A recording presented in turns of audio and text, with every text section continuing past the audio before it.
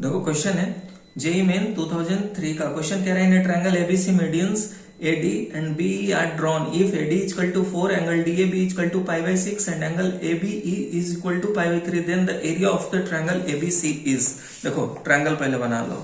ये आपके पास ABC है, मीडियन जानते हो अपोजिट वाले वर्टेक्स से उसके साइड पे मिड पॉइंट पे आता है और साथ ही साथ दोनों एरिया को बराबर बराबर भागों में बांटता है, यही जानते हैं। तो ये आपके पास हो गया मीडियन AD और BE। अब आपके पास जो गिवन एंगल है वो लिख लेते हैं। AD कितना है 4 यूनिट। आप जानते हो कि मीडियन का इंटरसेक्शन पॉइंट सेंट्रोइड होता है, आपस में कितने रेशियो में बांटता है 2:1 में, ठीक है। तो इसका मतलब 2:1 है, ये 8/3 हो जाएगा। अगर हम इसको AG कहें तो 8/3 हो जाएगा और GD कितना हो जाएगा 4/3। देखो जोड़ लो तो भी 4 आ जाएगा, 8 4 12/3 तो 4 आ जाएगा, ठीक है। ये कर लिया हमने। एंगल DAB कितना है π/6, एंगल DAB कितना है π/6 का मतलब ये 30 डिग्री है, ठीक है, ओके।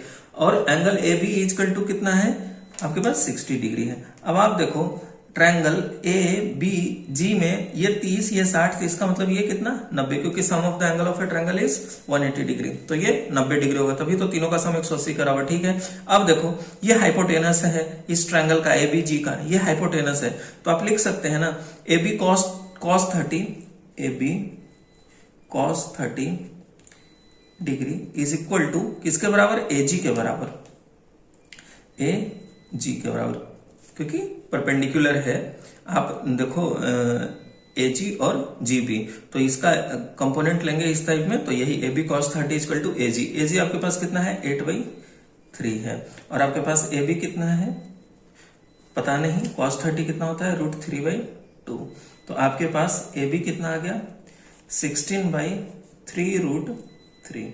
यह हमने AB निकाल लिया। अब आपको कह रहा है एरिया निकालने के लिए। आप जानते हो triangle half product of the side और sine of angle between them. आप ये देखो ABD जो है वही एरिया किसके बराबर है ADC का, तो अब पूरे ट्रायंगल का एरिया निकालना है तो 2 टाइम्स मल्टीप्लाई कर देंगे अगर हम ABD का एरिया निकालें, ठीक है।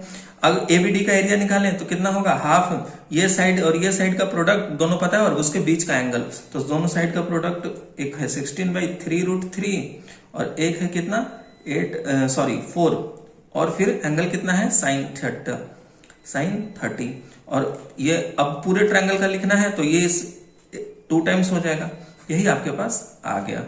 अब आप इसको सिंप्लीफाई कर लो तो कितना हो जाएगा आपके पास sin 30 1/2, तो ये 4 और sin 30 और ये 2 कट जाएगा और ये 16 32/3√3, यही आपके पास एरिया ऑफ अ ट्रायंगल आ गया। तो इतना आसान सा था, बशर्ते आपको सटीक वैल्यू पता हो और कैसे यूज करना है। तो ऑप्शन नंबर कौन सा हुआ, ऑप्शन नंबर C। कौन सा मेथड यूज किया हमने, कौन सा कॉन्सेप्ट, एक तो एरिया बराबर होता है जब मीडियन जब ड्रॉ करते हैं तो ट्रायंगल को 2 बराबर हिस्सों में बांटता है। दूसरा सेंट्रोइड क्या है 2:1 रेशियो में डिवाइड करता है ये।